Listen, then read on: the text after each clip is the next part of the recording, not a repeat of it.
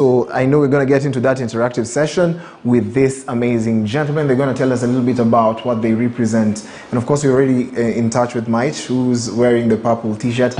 And there's a man who's wearing a really interesting suit. Yeah. Good morning. Talk to us. Good morning. What's up, everybody? This is Mombasa MOG. And manze no pray kwapuma. And yeah, you'll get to know to know more about me. Yeah. So let's just jump straight into the interview, because I like to know BMF, MOG was some of the biggest, still is, but the music scene in the gospel side is not the most celebrated as we speak. Yeah, right now. So I'd like us to just have a breath on that. Sure. When MOG and BMF were you were the new kids on the block, and then you became you became our main our main act in the gospel scene. Sure. How was it being part of MOG? I think it. Let me put it in Swahili. We came at a very hard time wakati tulipokuwa tunaanza, because remember our first song, Go Let Him Go. For those who don't know, go let him go, go let him go. Yeah. So so when it came out, the church was not ready to embrace such type of music, the dancehall music. They used to believe that's our worldly songs, So they fought it, and then when we went and redone the remix now for Go Let Him Go, it became a massive hit in the clubs. And so that's when church came and embraced us back then. So after, I think we acted as a bridge between the world and church, because we connected the world to church back then. Kwa sababu most of those songs ndo zilikuwa zina-introduce my youth sana kwa church. So being part of MOG and part of the revolution of that era, manze, it was pleasure, manze, being used of God to be that bridge of joining the world to church. But for you, only one person is not part of the group. And I know maybe personal reasons or whatever, but then now you got into ministry, which is also something really encouraging. And like even being a leader in such spaces and leading young people. Just talk to us about the same thing he's saying. Is it any different from maybe the time you got into music? Yeah, it's a bit different. Like Boss had said, part of what was big for us is that our music was very outreach focused. When we started doing music, we wanted to reach out to young people. We knew that young people didn't want anything to do with church. They felt church was boring. And so the music that we did was very outreach focused, to try to get them to understand that, you can still be saved and still enjoy being saved, and not feel like, man, this is like old people stuff, And so that was the challenge, because for us when we came, we really had to fight, because the same thing, even for us, were not really embraced. The kind of music that we used to do was not embraced at all, and we had to really prove that music is gospel. So on the gospel side, on the church, we had to prove it's gospel. And then on the world, they were just bopping to your song. And so we also had to let them know that we were also gospel, so that, because there wasn't, we didn't want there to be a confusion. And so it's been really challenging getting into that, and it's been really hard, getting into a space we're leading. Right now we're in a space where we have to really do it all over again, because like you said, sometimes the challenge is that sometimes you get people who sometimes don't know like where something came from, and when you don't know where something came from, it's very easy for you to not treat it in a very special way, and so it's been quite a challenge getting into that, and then being in ministry and leading young people in a time when young people are looked at very suspiciously in the gospel scene or in the secular world. It's been a challenge, but a challenge that I personally relish, because it's what we've been called to do. Yeah. I love the fact that you mentioned the word calling, because now we had new acts coming in. They were not called to do gospel music. Boss, I believe we had a very comprehensive conversation about just being a young Christian and how sometimes you're labeled, and when you're labeled in a baki evil, like sometimes you can't sing a song about love because you're a Christian, but does it mean that we don't fall in love? When you to interact now at that level. So being young, you became famous when you're in high school. Yes. And you are able to handle the pressure all through. And bowing down to even crossing over to secular has not been something you've done. No. How different do you pray, man? When you know No. I think it's about understanding the call and sticking to the core of the call. Because watu wengi they wanna tend to follow the wave.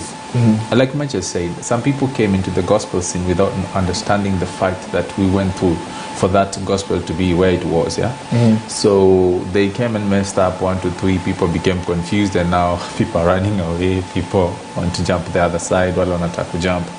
But me, what has made me stick to gospel music is understanding who called me there, because before I got saved, I wasn't a singer. I was doing boxing, I was doing acrobatic, I was being a son of a carpenter. So I started with choir in church. So that's how I discovered by there kuna ka gift fulani na kuanga nako. So I got saved in 203 tarehe moja mwezi wa tano, and I joined church. And so by joining church, I got called to the choir. That's where my bass came from Nini, from Goletim Go, Nini after Goletim Go to Wedding Day. So that's where I discovered I had a bass. And then from there now, there was my call we did with Giuliani. That's when I came out as a singer, because I joined the worship team where I was fundished the difference between alto and soprano and bass. So now I got to know that how many voices I have and how I can manipulate them and use them.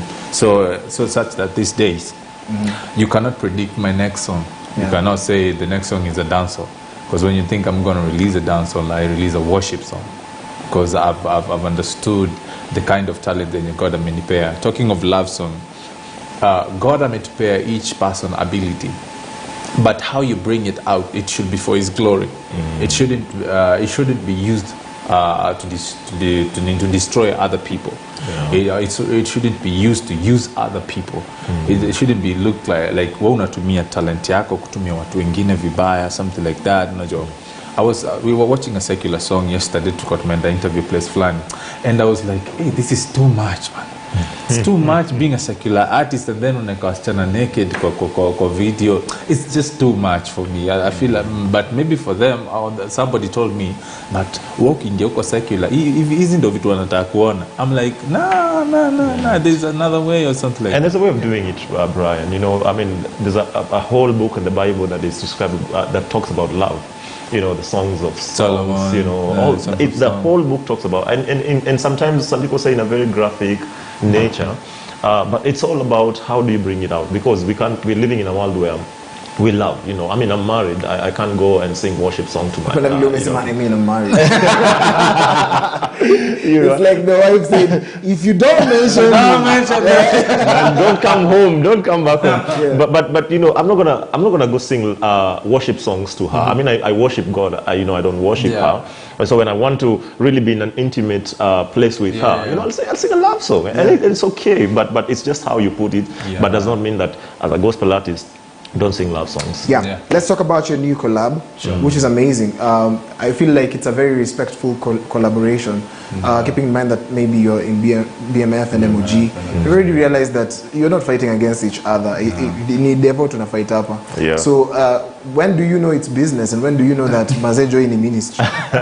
Because unajua saa zingine tunadu collab because we're looking at a hit. And sometimes we have been called to come and do this song together. And I believe that so many people are throwing their hands and saying, say a gospel to mislead.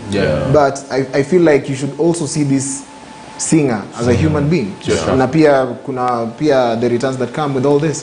So we're going to be playing your song in just a bit, but I'd like to know what's the collaboration about, and how did you come about it. But nataka kujua sana hiyo story ya kujua ni huduma na ile biashara.